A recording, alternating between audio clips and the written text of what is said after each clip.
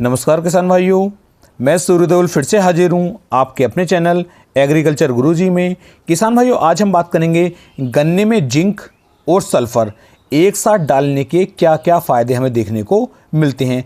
3 से लेकर 4 किसान भाइयों ने मुझसे पूछा कि आपने जिंक और सल्फर के बारे में कई बार बातचीत की है, तो जिंक और सल्फर के क्या फ़ायदे हमारी फसल के अंदर रहते हैं और इन दोनों को यदि हम एक साथ डालते हैं तो क्या फ़ायदे हैं, और यदि हम इन दोनों को डाल देते हैं तो क्या हमें बाद में स्प्रे के रूप में जिंक और सल्फर को लेना पड़ेगा या फिर नहीं लेना पड़ेगा। तो सबसे पहले आपको बता दूं, यदि आपने जिंक और सल्फर का उपयोग नीचे डाल दिया है, यानी कि खाद के रूप में आप नीचे कर चुके हैं, मिट्टी में डाल चुके हैं, तब आपको इसका स्प्रे करने की कोई भी आवश्यकता नहीं पड़ेगी। और यदि आपने नीचे नहीं डाला है तब किसान भाइयों आपको इसका स्प्रे करना चाहिए। जिंक और सल्फर दोनों एक इतने अच्छे और बेहतरीन, इन्हें आप खाद कह सकते हैं, इन्हें आप पोषक तत्व कह सकते हैं, कि इनका उपयोग यदि आप गन्ने की फसल के अंदर नहीं करेंगे तो लगभग मैं आपको बता रहा हूँ 15% तक की जो कमी है आपके गन्ने की फसल की पैदावार के अंदर देखने को आपको मिल जाएगी। अब बात करते हैं कि जिंक के क्या फ़ायदे होते हैं, सल्फर के क्या फ़ायदे होते हैं और दोनों को डालने के हमें क्या फ़ायदे देखने को मिलेंगे, इनकी कितनी मात्रा हमें डालनी है और किस समय पर हमें इनकी मात्रा डालनी चाहिए। तो सबसे पहले बात कर लेते हैं सल्फर के बारे में।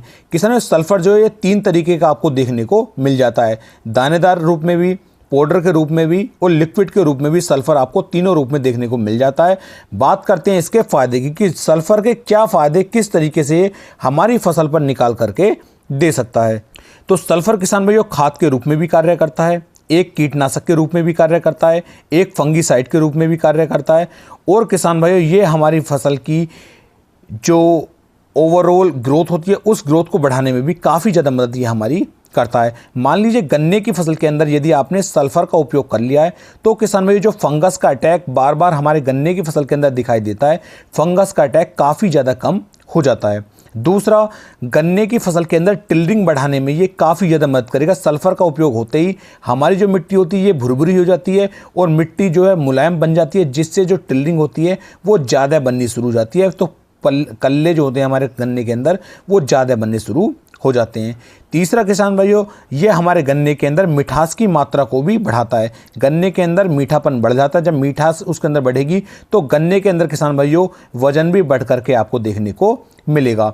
इसके साथ साथ ये कीटनाशक के रूप में भी कार्य करता है। जब आप इसका उपयोग अपनी फसल के अंदर करते हैं तो कीटों का अटैक भी किसान भाइयों काफ़ी कम आपको देखने को मिलता है, और खाद के रूप में तो किसान भाइयों आप इसका उपयोग करते ही हैं। तो ये फायदे तो मिल जाते हैं आपको सल्फर के। तो सल्फर का उपयोग आपको जरूर करना चाहिए। सल्फर की यदि कमी पौधे के अंदर आ जाती है तो रंग पौधे का पीला पड़ जाता है।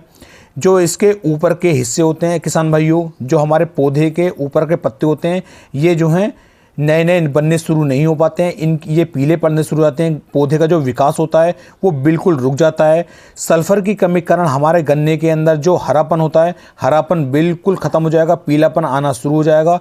उसके साथ साथ गन्ने की जो हाइट है, हाइट भी छोटी रह जाएगी, गन्ने की हाइट जो है ज़्यादा नहीं बढ़ पाएगी। इसके साथ साथ सल्फर का यदि आप उपयोग कर लेते हैं तो क्लोरोफिल की मात्रा जो होती है ये हमारे पौधे के अंदर बढ़ जाती है और पौधा हमारा लगातार हरा भरा बना रहता है। तो ये फ़ायदे तो होते हैं आपके सल्फर के। अब बात करते हैं जिंक के बारे में कि जिंक के क्या फ़ायदे देखने को मिलेंगे। जिस तरीके से सल्फर का बहुत बड़ा महत्व होता है उसी तरीके से किसान भाइयों जिंक का भी पौधे की वृद्धि के अंदर बहुत बड़ा महत्व देखा गया है।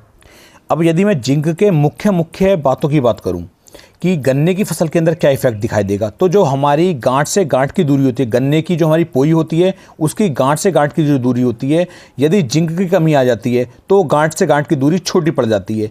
यानी कि यदि आप गन्ने की हाइट बढ़ाना चाहते हैं और जिंक की कमी गन्ने की फसल के अंदर आ जाती है तो गन्ने की लंबाई ज़्यादा नहीं बढ़ पाएगी, तने की लंबाई घट जाती है। इसकी कमी होते ही पत्तियां जो होती हैं हमारे गन्ने की वो भी किसान भाइयों मुड़ना शुरू हो जाती हैं, और जैसे जैसे पीएच मान जो होता है हमारा मिट्टी का वो बढ़ता है, वैसे वैसे किसान भाई जिंक की कमी जो हो जाती है वो हमारी मिट्टी के अंदर देखने को मिलती रहती है। साथ ही साथ किसान भाइयों यदि आपका पूरा एक खेत है और उसके लगभग 20% खेत के अंदर भी आपके जिंक की कमी हो जाती है तो आप ऐसा मान के चलें कि 25 से लेकर 30% तक की जो आपकी पैदावार है उसे जिंक जो है बिल्कुल ही ख़त्म कर देगा।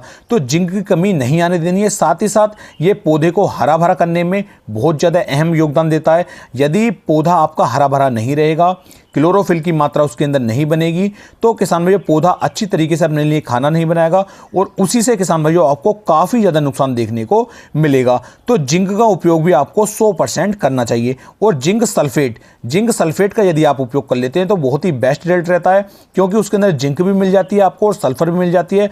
और दोनों का जब आप एक जगह कॉम्बिनेशन लेकर के इसका उपयोग अपने गन्ने की फसल के अंदर करते हैं तो टिल्डिंग के साथ साथ उसकी बढ़वार के साथ साथ पौधा लगातार हरा भरा बना रहता है और रोगों से लड़ने की जो शक्ति होती है हमारे पौधे की वो भी किसान भाइयों कई गुना बढ़ जाती है। तो इसलिए इसका उपयोग करना चाहिए। इसके लिए मैंने सबसे पहले आपको बताया था कि जिंक सल्फेट कई प्रकार की आपको देखने को मिल जाएगी, किसी का भी आप उपयोग कर लीजिए, लेकिन अच्छी कंपनी का होना चाहिए। इसलिए जो मैं आपको बताता हूं, जैसे कि टेक्नोजेट के बारे में मैंने कई बार बताया, वो बहुत ही शानदार फार्मूला है। उसके अंदर आपको जिंक और सल्फर की काफ़ी ज़्यादा मात्रा में परसेंटेज में उसकी मात्रा मिल जाती है। उसका उपयोग यदि आप करेंगे तो 4 किलोग्राम प्रति एकड़ के हिसाब से आप जिंक सल्फेट उसका उपयोग कर सकते हैं टेक्नोजेट का, जिसके अंदर जिंक सल्फेट आपको दोनों दिए गए हैं, या फिर आप किसी अन्य कंपनी का भी ले सकते हैं।